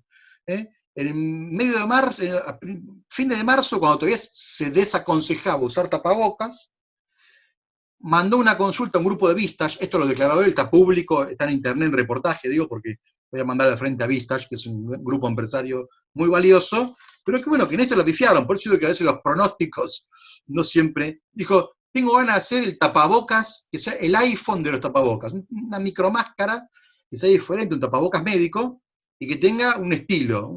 Bueno, de los 20 empresarios de Vistage, 19 le dijeron que eso iba a ser un fracaso. Uno solo, que era un empresario textil, le dijo, yo te apoyo. Un emprendedor de una agencia de comunicación, un empresario textil, crearon Micromask durante la pandemia. Crearon un emprendimiento nuevo, hicieron el diseño, lo fabricaron y ya vendieron más de 80.000 tapabocas. Grupo Vista dijo, no va a funcionar. Por eso digo, los pronósticos se los lleva el viento. Entonces, hablamos de productos que ya existían y que fueron cada vez más demandados por gente que ya existía, que ya los usaba. El delivery ya existía y fue cada vez más demandado. Netflix subió enormemente la demanda de Netflix, vosotros, Amazon, Disney Plus, Mercado Libre, vamos a hablar ahora de eso, Mercado Pago, los productos de higiene ya existían, pero la gente lo necesitó cada vez más. Hubo desabastecimiento en lavandina, en alcohol en gel, producto de limpieza, Lisoform. De repente la gente empezó a querer más levadura, más harina, porque convive en el hogar, porque vuelve a tener más tiempo para cocinar, porque hay un lugar de encuentro, porque quiere atarse, está empezando a tender lazos con otro estilo de vida, más sano, con menos alimentos ultraprocesados, atención para las alimenticias, con esta tendencia a lo agroecológico y lo orgánico que se está consolidando. Productos existentes, pero que de repente ahora los requiere otro mercado. Aplicaciones de videoconferencias fueron pensadas para videoconferencias corporativas y que ahora están usadas en todo el mundo para reuniones familiares, para clases, Zoom, Skype, Jitsi, Webex. La geolocalización del smartphone, una herramienta clave en la investigación epidemiológica. Las clases online, la radiación ultravioleta para higienizar, los barbijos y los guantes de látex que ya existían, el alcohol en gel, termómetro digital y cámaras térmicas para las empresas, para los bares, que se están equipando para esta nueva normalidad del corto plazo. Un producto nuevo en un mercado que ya existía. Empresas mayoristas que ahora abren canales directos con sus clientes. Origen directo, por ejemplo, para conectar a diferentes pymes y cooperativas del Gran Buenos Aires con sus clientes. O empresas, eso es una alianza de empresas. O empresas grandes, por ejemplo, Oralí, una pyme del Gran Buenos Aires, que vende pastas frescas y que tiene un canal de venta directa para poder atender las cuestiones de logística en la cuarentena. Esto fue en la primera cuarentena, ¿no? Innovaciones tecnológicas en materia financiera y bancaria también, para atender las necesidades de bancarización de la gente, para cobrar la IFE, etc. Validez de recetas médicas digitales, acaba de ser homologado por el Congreso Nacional, el reconocimiento de las recetas digitales. Reuniones online, mediaciones online en términos judicial, productos nuevos en un mercado nuevo. El tapabocas, no existía la necesidad, y ahora existe el producto. Máscaras de protección facial, esas que son de plástico. El alcohol en aerosol. El pedal mano libre es un producto de una empresa metalúrgica que elaboraba otros productos y que en medio de la pandemia diseñó un pedal que se pega a la puerta y la gente puede abrir la puerta sin tocarla, para no contagiarse. Aplicaciones como Aquí Estoy, para ayuda psicológica. Aplicaciones de compra futura o salimos codo a codo para apoyar a los pequeños comercios. Innovación en productos, bicicletas con manubrio autolimpiante para las bicicletas de alquiler. Fíjese cuánta innovación también surgió en medio de esta crisis. Y pensar que no todos son crisis, ¿no? También hubo gente que ganó mucho dinero. Solamente en el mes de abril, las ventas online crecieron más que todo en el 2019. En 2019 el e-commerce creció con respecto al año anterior 76%. Abril, con respecto al 2019, creció el 84%. Hasta el 20 de abril, con respecto al primer trimestre, el e-commerce creció al 111%. Entonces, no es casualidad estos datos que estoy mostrando yo ahora de Mercado Libre, ¿no? Sumó más de 5 millones de clientes. Jeff Bezos ganó más de 25 millones de dólares. Los multimillonarios más ricos del mundo, Estados Unidos, su fortuna creció en un 10%. La fortuna de los más ricos del mundo creció en 280.000 billones de dólares. ¿No? Entonces, no todo es pérdida y no todo es crisis en esta pandemia. Mercado Libre, entre el 9 de abril y el 16 de abril, tuvo un 400% de crecimiento. Del 27 de abril al 4 de mayo, un 39% más de búsquedas y un 17% más de permanencia en el sitio, que eso también lo miden, cuánto tiempo está la gente navegando dentro del Mercado Libre. 6 de cada 10 búsquedas fueron para productos del hogar. Creció 300% la búsqueda de productos de salud y equipamiento, 164% de los productos masivos, 84% para el hogar, 61% de entretenimiento, 55% de computación, se agotaron las notebooks, no se consiguen notebooks. Los clientes en Brasil crecieron un 28%, México el 79%, Argentina un 40% de crecimiento con respecto al mismo periodo del año anterior. Después de 2 años de pérdida, la evaluación de Mercado Libre llegó a valer unos 40.000 millones de dólares. Y subió la facturación un 70,5%. ¿Cuáles son los productos más vendidos? El top 5 de Mercado Libre, primero la mopa. El Mercado Libre uno lo tiene vinculado a la tecnología, ¿no? La mopa. Segundo, el barbijo o el tapaboca. Tercero, el gel sanitizante. Cuarto, la máscara facial. Quinto, los audífonos, medio como se salen, no sé bien por qué. Sexto, lente de protección. De los 6 productos más vendidos en Mercado Libre, 5 son productos que antes no se demandaban, que tienen que ver con la crisis. Fíjese, Mercado Pago también el crecimiento que tuvo. Mercado Pago, porque la gente empezó a pagar cada vez más los servicios de manera online. El e-commerce, si lo analizamos por categorías, tenemos un crecimiento de un 103%, en unidades vendidas un crecimiento del 182%, el crecimiento del e-commerce en Argentina. Mercado Pago, 94% de nuevos usuarios, 100% más en el pago de facturas, y cada vez más, fíjense, abajo está desagregado incluso por empresa. Y para cerrar, y esto ya se los dejo a ustedes y abro las preguntas porque me pasé un poquito con el tiempo, disculpen, pero bueno, veo que hubo muy buena, mantuvimos al público, excepto algunos que avisaron que se tienen que ir, vi algunos, tuve que chusmear el chat, disculpen. Cuando hablamos de cómo también las empresas, ya hablé mucho del rol de la empresa, en materia social, ambiental, vamos a hablar también de cómo esto impacta en la forma de hacer negocios y en los negocios. Entonces acá les comparto, esta es la famosa tríada, ¿no? Cuando hablamos de emprender, hablamos de oportunidades que nos da el mercado y la comunidad, oportunidades que nos dan el acceso o poder disponer de algún tipo de recursos que otros no tienen, y las oportunidades que nos da el equipo emprendedor que construimos. Y pasan las preguntas, que yo las fui adaptando a la pandemia. Entonces, por ejemplo, acá tenemos las preguntas tradicionales que se hace un emprendedor, pero agregamos, ¿no? ¿Cuáles son los cambios que hubo a partir de la pandemia? ¿Cuáles de estos cambios van a seguir después de la pandemia? ¿Cómo voy a crear interacciones humanas con nuevos clientes a quienes nunca conoceré cara a cara? Es decir, crece el comercio electrónico, la empresa crece en su oportunidad de vender a distancia, se modifica la logística, pero también la empresa pierde riqueza en irse de vuelta con el cliente. Entonces, ¿cómo puedo empatizar, cómo puedo mejorar y sostener esa relación humana cuando no lo conozco a mis clientes cara a cara? ¿Cómo le voy a acercar a mis clientes mis futuros productos o servicios virtualizados? Tito Loazó se preguntó, ¿cómo puedo llevar adelante este emprendimiento en medio de la pandemia? ¿Qué recursos tengo en medio de una cuarentena? ¿Cómo van a cambiar las necesidades? ¿Qué es lo distintivo original que puedo ofrecer? ¿Con quién tendré que competir?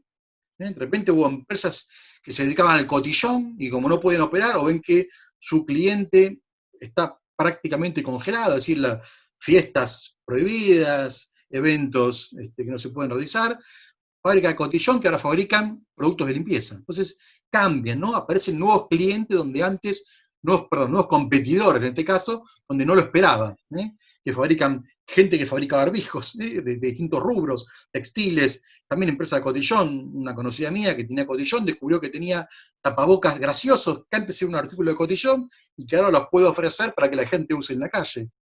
U otro muchacho que fue alumno nuestro en un posgrado en la universidad, que tiene un local muy grande de cotillón en Once, y ahora vende máscaras de protección facial, alcohol y gel. Entonces aparecen competidores donde antes no nos lo imaginábamos. Los recursos, ¿cuáles son las normativas municipales, estatales y federales que rigen durante la pandemia y que regulan mi actividad? ¿Y cuáles son las nuevas normativas que va a haber para esa nueva normalidad? Si yo tengo una actividad hoy que está restringida, entonces, ¿cómo puedo operar hoy? ¿Cómo voy a tener que readecuar mis instalaciones o mi producto o el servicio que yo presto a esa nueva normalidad? Y también el equipo emprendedor. ¿Cómo puedo emprender? El otro día tuvimos una reunión con un grupo que armó en plena pandemia una ONG para promover la donación de sangre. Se llama Donarg. Nunca se vieron personalmente. Todo fue por videoconferencias. Son más de 25 graduados y estudiantes universitarios de diferentes universidades, universidad pública, universidades privadas, que colaboraron con la red transfusional de la Ciudad de Buenos Aires y generaron postas para que la gente siga donando sangre. Esto se hizo todo de manera virtual, no se conocen los emprendedores. Algunos serán conocidos, pero el equipo en general no se conoce entre sí. Entonces se puede emprender también, incluso en estas condiciones tan difíciles. Y también pensar a quién puedo sumar luego de esta pandemia. Así que ahí hice un repaso por un montón de cosas, desde lo macroeconómico hasta el rol de la empresa, hasta lo micro. También me interesaba dar una mirada sobre cuestiones de coyuntura. Por eso esta última parte es bien coyuntural. Así que les agradezco a todos la atención, y ahora sí queda abierto a las preguntas.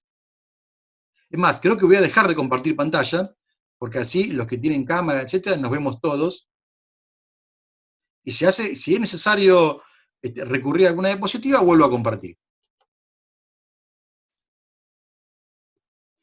Bueno, vi que había muchas notificaciones en el chat, pero... Sí, muchas personas dejaron su contacto y estaban agradeciendo la charla. Reitero, sí, creo que lo compartieron de vuelta, el link, o lo pudieron compartir. Sí, lo compartimos de vuelta. A ver si... yo lo tengo justo en la memoria, así que... perdón, se lo mandé a alguien en privado que se ve que me escribió, mandó un mensaje en privado, ahí pongo a todos. Ahí está. Esto es para que le manden la presentación, y aparte para invitar a otras actividades, por supuesto, como dijimos al principio de la conferencia con Martín, sigan a EAN-Argentina en las redes para estar al tanto de todo lo que esta universidad tiene para ofrecerles, no solo en carreras de grado, que ahora con toda la flexibilidad que tiene esta universidad, han logrado poder readecuar la educación sin alterar un ápice en la calidad, y ya están con las charlas para los nuevos ingresantes. Sé que ahora Oscar Navos, otro gran amigo que lo conozco de otro ámbito, y fuimos compañeros en un doctorado, está por dar una charla sobre la carrera de contador, están haciendo charlas en las carreras, pero también están preparando una batería de cursos online, y fortaleciendo el área de extensión. Así que sigan a EAN, porque promete lo que está haciendo. Así que felicito a la gente de comunicación, bueno, a través de Martín, a todo el equipo de la EAN que garantiza estas actividades, y que nos permite poder charlar estos temas. Y acabo de ver, y casi cometo un error muy grave, porque le dije que lo iba a mencionar, está conectado Mauricio Mackenzie, de Fortalecerse Mar del Plata, lo tenía anotado, pero en un momento se me pasó el tiempo y me bataté. El Banco de Buenas Prácticas de la Universidad de Buenos Aires está hecho a partir de un relevamiento de medios de comunicación y de las páginas de las empresas. Y también han colaborado algunas cámaras, como por ejemplo Fortalecerse, que es una cámara de RC de Mar del Plata, que agrupa empresas de RC. Así que Mauricio, muchísimas gracias. Nos conocimos el año pasado en Mar del Plata cuando fui a presentar mi libro, que es Responsabilidad Social y Universidad, al cual también pueden chusmear algunas cositas en mi página web. A ver, no sé, ¿se me fue el chat? Acá. ¿Dónde está el chat? Estoy viendo acá. Acá hay algunas preguntas. Disculpen que yo vea si hay alguna de antes, pero acá veo, entró una de Gustavo Cresta. Porque entró en privado. ¿Qué opinión tengo del papel de los medios?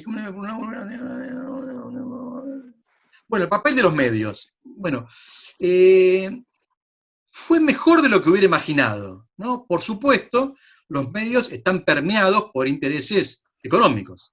Ahí, por ejemplo, hay un grupo privado de salud que tiene, no sé si la mayoría, pero una gran parte en un canal de televisión. No hace falta mencionarlo, sabemos cuál es. Entonces, la agenda de los medios está atravesada muchas veces por los intereses de esas empresas.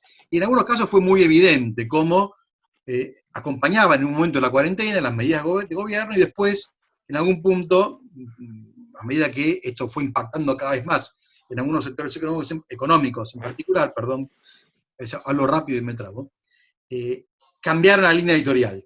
Entonces, medios que apoyaban la política de gobierno, de repente dicen, bueno, ya está, no es para tanto, no es tan grave. Bueno, todo lo que dijeron no es tan grave, genera inmunidad social, todo eso lo tienen ahí a Boris Johnson, que estuvo contagiado, tienen Brasil, segundo país con más contagio del mundo.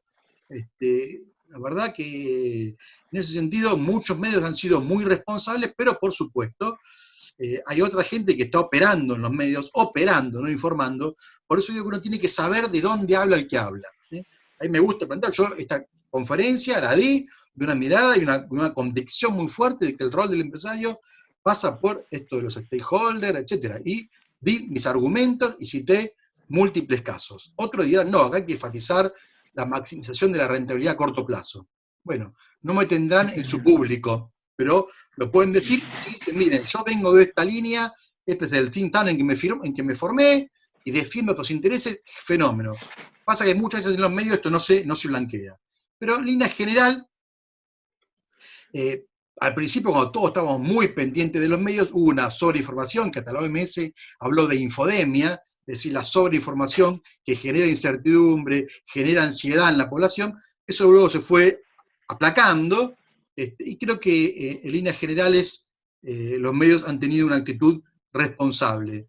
Y cuando no la han tenido, después se han sabido disculpar.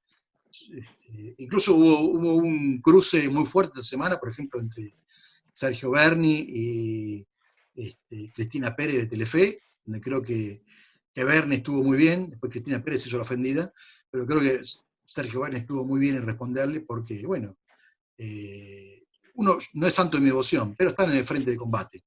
Está ahí las 24 horas al lado de la población de Azul, de esta Villa Azul, entre Avellaneda y Bernal, viendo cómo se soluciona. Son temas muy graves y a veces increpar a un funcionario público es muy fácil desde una cámara de televisión, ¿no? Siempre están para el cachetazo. Y lo que voy a repetir con respecto a esto, yo dije, no hay un manual de instrucciones. Ni siquiera los gobiernos tienen un manual de instrucciones. Todo fue ensayo y error. En Estados Unidos lo mismo. Se empezaron a pelear los estados entre sí, los gobiernos, se politizó. Bueno, cuarentena inteligente en Chile y ahora están desbordados en Santiago de Chile, cuarentena estricta acá. Bueno, hay diferentes. Entonces tampoco los medios tienen manuales de instrucciones sobre cómo informar en este contexto. A ver, aparece otra pregunta. Julián, sí. Julián, dale. ¿Cómo estás? Mi nombre es Eduardo Rodríguez, no puedo aparecer en cámara, no sé por qué, pero de igual manera... Igual te estamos viendo. No me digas, sí, que bueno. Hay una foto. Sí, hay una foto, bueno, unos cuantos años menos tengo, como todo el mundo hace. Te quiero felicitar por la charla. Me encantó algo, pero quiero remarcar algo fundamental, que muchos profesionales no conocen bien lo que es la matriz de Ansoff. La matriz de Ansoff es para mí una de las matrices perfectas para cualquier tipo de emprendedor y cualquier empresa grande. Y hay muchos profesionales hasta dicen, no se usa más. No. Y te digo, no, es así. Claro, claro. Y yo me peleo con ellos, porque prácticamente es una matriz que agarra todas las aristas. Y lo preparaste de una manera. Y por supuesto, yo soy docente y te quiero pedir permiso si la puedo utilizar. Por supuesto, te voy a citar tu nombre, y voy a citar tu apellido y tu nombre, porque me encantó cómo está armada, cómo está formada con todos los componentes de la pandemia. Está espectacular. Te felicito realmente. Bueno, muchas gracias, Eduardo. Muchas gracias. Y yo opino lo mismo que vos. A veces, no por viejas, estas herramientas pierden actualidad. Lo que uno plantea... No pierde actualidad, no pierde actualidad. Esta matriz es espectacular. Igual que la matriz genérica de Porter. Son las dos que prácticamente dominan el mercado. Claro, Porter, el análisis FODA, BCG, todo eso, no, son viejas. Pero uno no dice, no te quedes con eso solo. Pero la herramienta sigue teniendo validez.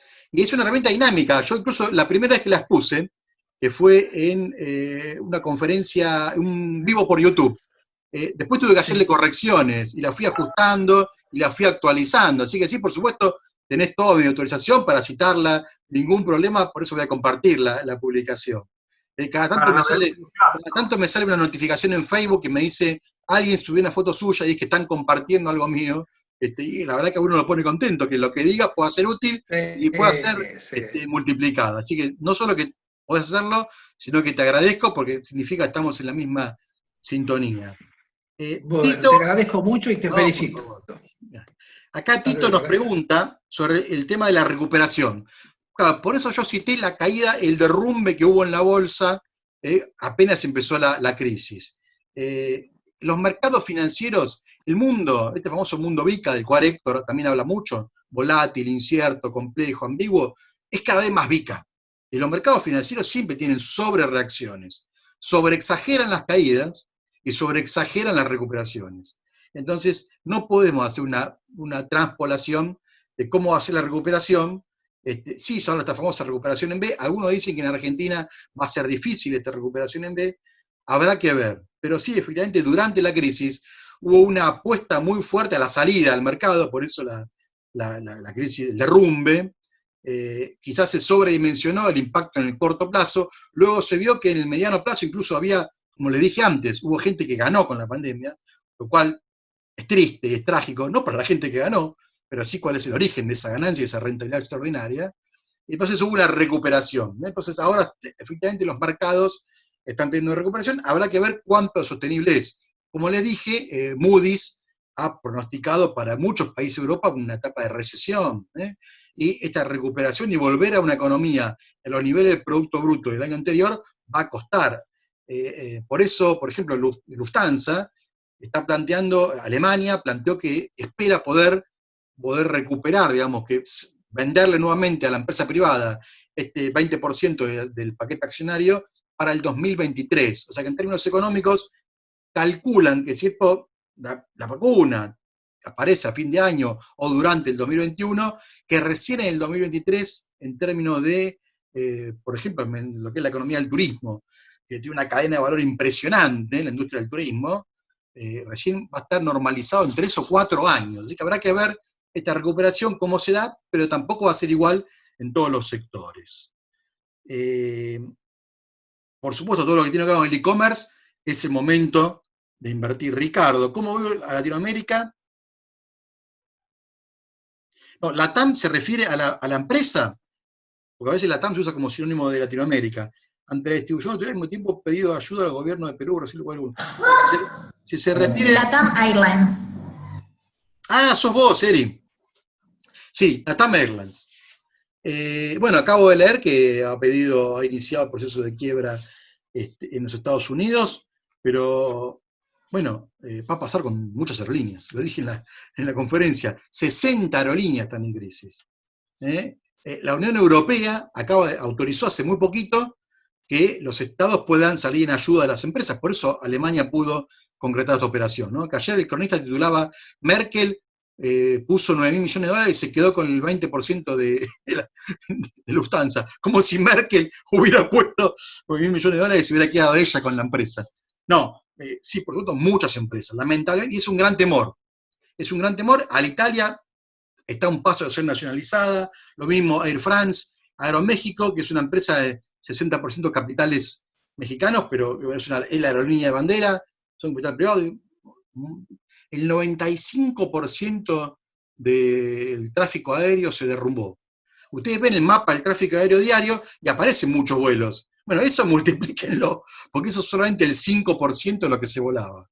Entonces, realmente, el modelo alemán es el modelo que utilizó Estados Unidos en la crisis 2008-2010, cuando estatizó General Motors. El Estado no intervino en la gestión de la empresa, mantuvo la gestión de los privados, pero condicionó, ¿no? No se puede hacer esto, ni esto, ni esto, entonces todo lo que fue generando la empresa era para recomprar lo que el Estado había aportado, entonces es una etapa de transición.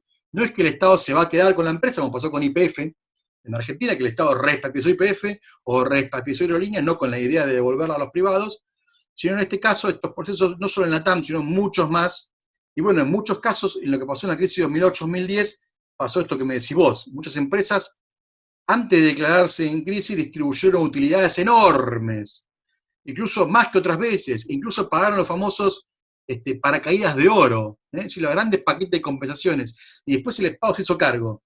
Y en el gobierno de Obama se llegó a denunciar a muchas empresas que seguían manteniendo a los gerentes que habían ocasionado la crisis con su avión privado, su secretaria privada y su piso. Y el Estado estaba pagando esos gastos por culpa de unos privados que no solo fueron ineficientes, sino que además fueron corruptos. Hay gente presa por la crisis la crisis de Enron del 2002, la crisis de 2008, lo que fue la quiebra de Lehman Brothers.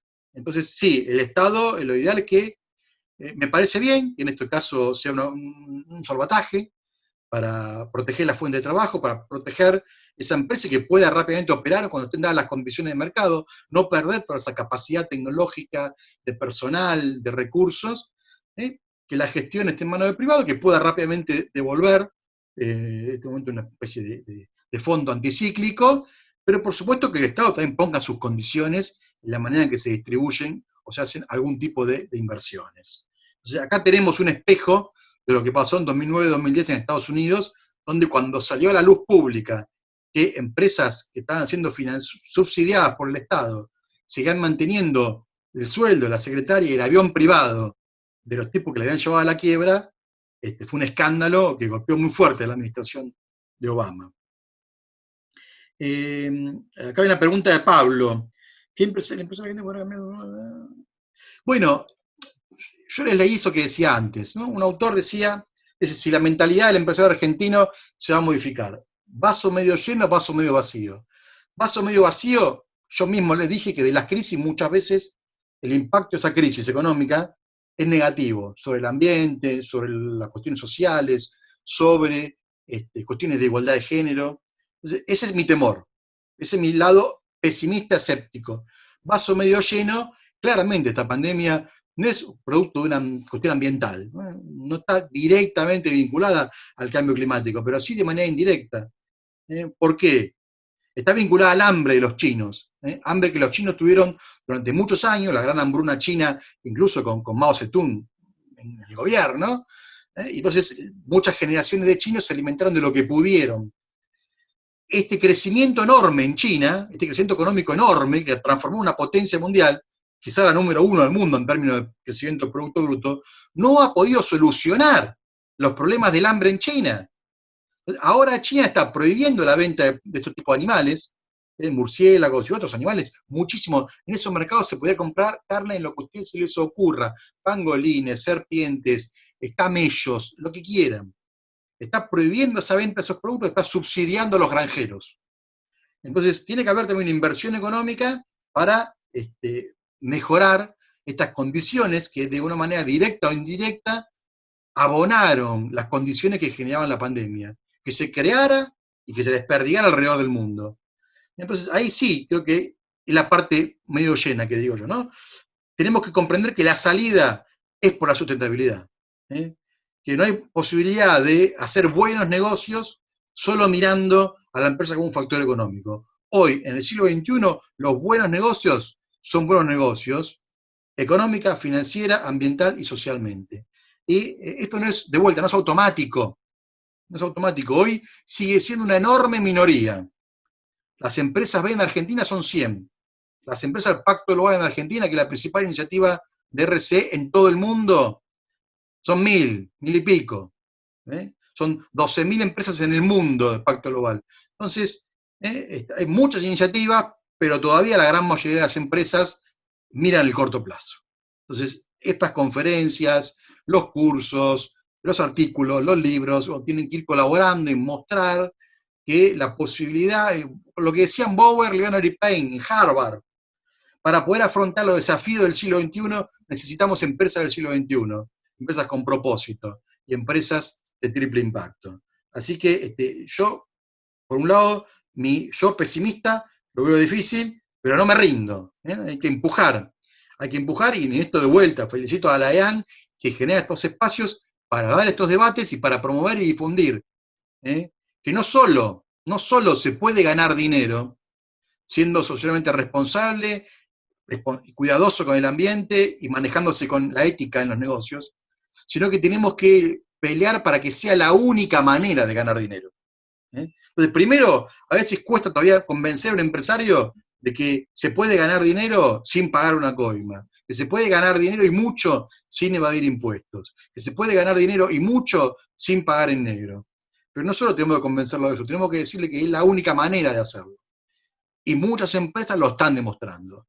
Sé que estamos en momentos muy difíciles, que Argentina viene una crisis terrible y profunda, que ocasionó el cierre no de 10, de 20, de cientos de miles de pymes. 400.000 pymes se cerraron en 2019. Uno tampoco es ciego ante este escenario. Pero entendemos que también la salida y la consolidación de un mercado más robusto es de la mano de la sostenibilidad.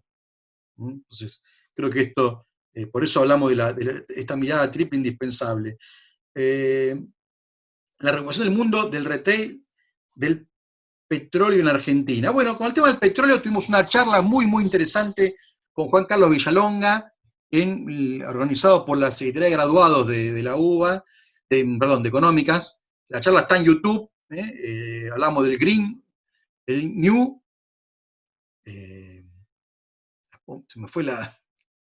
Green New Deal. Green New Deal, perdón, el nuevo acuerdo verde, gracias. Green New Deal, la charla sobre el Green New Deal, el nuevo acuerdo verde, y ahí charlamos un poco sobre cómo está la volatilidad en el precio del petróleo en el mundo, ¿no? Que es producto de esta pelea, primero del parate económico, claramente siempre fue así. La crisis de 2008 también derrumbó el precio del petróleo, y con este parate de la industria había mucho más petróleo de lo que la industria requería. Entonces, por supuesto, tuvo una crisis muy fuerte, Argentina tuvo que poner un precio sostén, pero afortunadamente los que saben del tema de energías renovables, esto no impacta demasiado en las inversiones en energías renovables. O sea, la inversión en energía renovable es inelástica al precio del petróleo.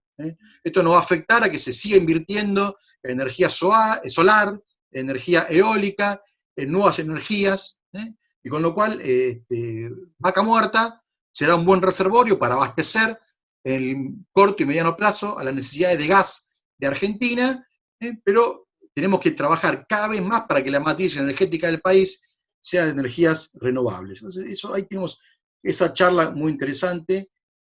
Acá ya, no, está bien, dice Lilian, la charla como que terminó. Yo no tengo problema en quedarme y seguir respondiendo preguntas, pero la idea era hacerla de 5:30 a 6:30. Así que estamos ahora en este estribo, como se dice, respondiendo algunas preguntas. No sé si había preguntas por atrás. El empresario argentino. Respecto al chat general donde estamos todos, sí. Ya respondiste todas las preguntas, bueno. No sé si en privado te han quedado alguna. No vi más por eso. Bueno, de todas formas, para no abusar, pobre de Martín, que lo tenemos acá online, queda las redes sociales que yo les di y la página web para responder preguntas y también dar fuentes. Che, me gustó mucho este número, ¿de dónde lo sacaste? Está todo referenciado, así que no hay ningún número inventado. Incluso los números propios, los que generamos en este estudio de Cenersex, también están las tablas para poder ahí ver qué actividades hablamos, de qué empresa, y se está difundiendo ahora en los medios este informe. Así que también cualquier otra pregunta, les agradezco a todos su participación, y por supuesto a la EAN que generó este espacio. Muchas gracias, Martín, excelente la difusión, la organización, y bueno, el alto porcentaje de participantes demostró que el tema tiene interés. Así que bueno, muchas gracias a todos, y nos estaremos viendo. Gracias, Julián. Muy claro. Hasta luego.